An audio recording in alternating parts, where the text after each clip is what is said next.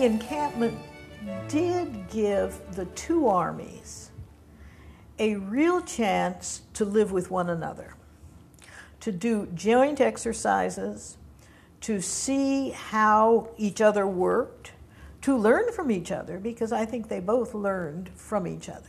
And I think that was a very important prelude to having to work together on the battlefield as they did at Yorktown. And I think that was very significant.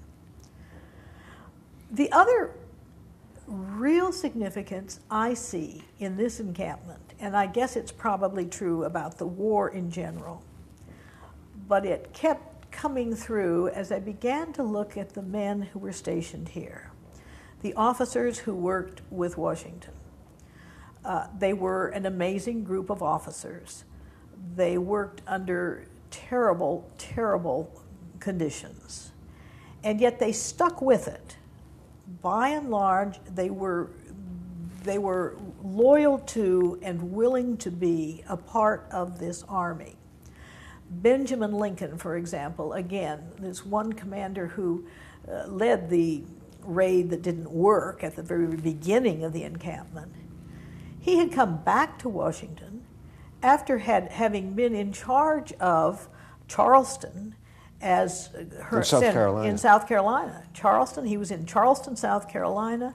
He had been finally, as Henry Clinton's forces attacked Charleston, Benjamin Lincoln was a man who was finally left in charge of Charleston, and after a siege, Charleston capitulated, so Lincoln was put into jail. He had been, earlier than that, he had been wounded. He had been wounded so badly in the leg that his leg, he always walked with a funny limp. And after he'd been put in jail, he had been exchanged. But instead of going home, saying, I've had it, I've done this, he went on. He continues to be a part of that army. Okay. After the war, Benjamin Lincoln goes back to Massachusetts and is very active in the government in Massachusetts. And you begin to see this over and over again.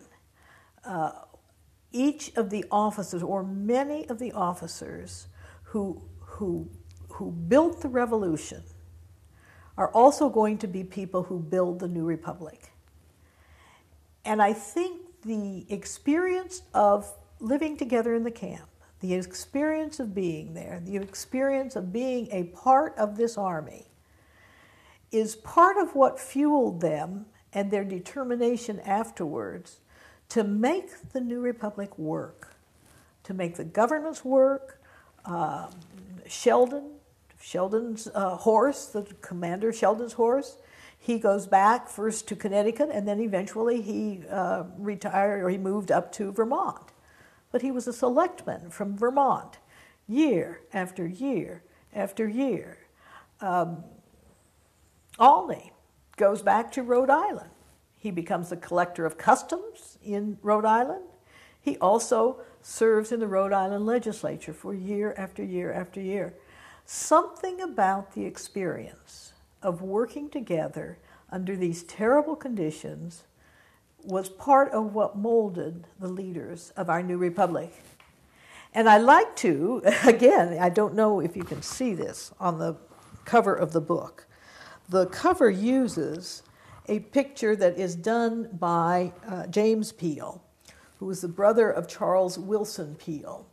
Both of those men were artists who were artists after the war and painted many, many different pictures of George Washington. But on this particular picture, behind Washington's shoulders are two men. That's Charles Wilson Peale and James Peale. He painted himself and his brother into the painting itself. But I think they're symbolic of the fact that these two men also served in the army. Afterwards, they had a very important mission to do in terms of chronicling artistically the experience of the army and of the new republic. But it's this way in which the army molded the people who built the new republic is very, very important. And I think a lot of that showed in Dobbs Ferry.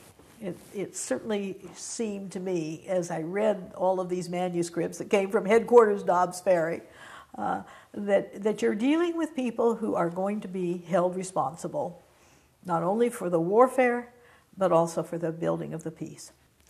I guess the last piece I'd like to just talk about there is Washington's dealing with Alexander Hamilton. Hamilton had been his aide-de-camp, had been a very good friend. And then there was an explosion at one point. Washington left his headquarters, not while they were here, it was before they got here, but Washington left his headquarters and then sent Hamilton for something. Hamilton went to find whatever it was, got waylaid, and came back late. And Washington chewed him out for coming back late. And at this point, Hamilton got mad and said, "I quit. I'm going to leave." And Washington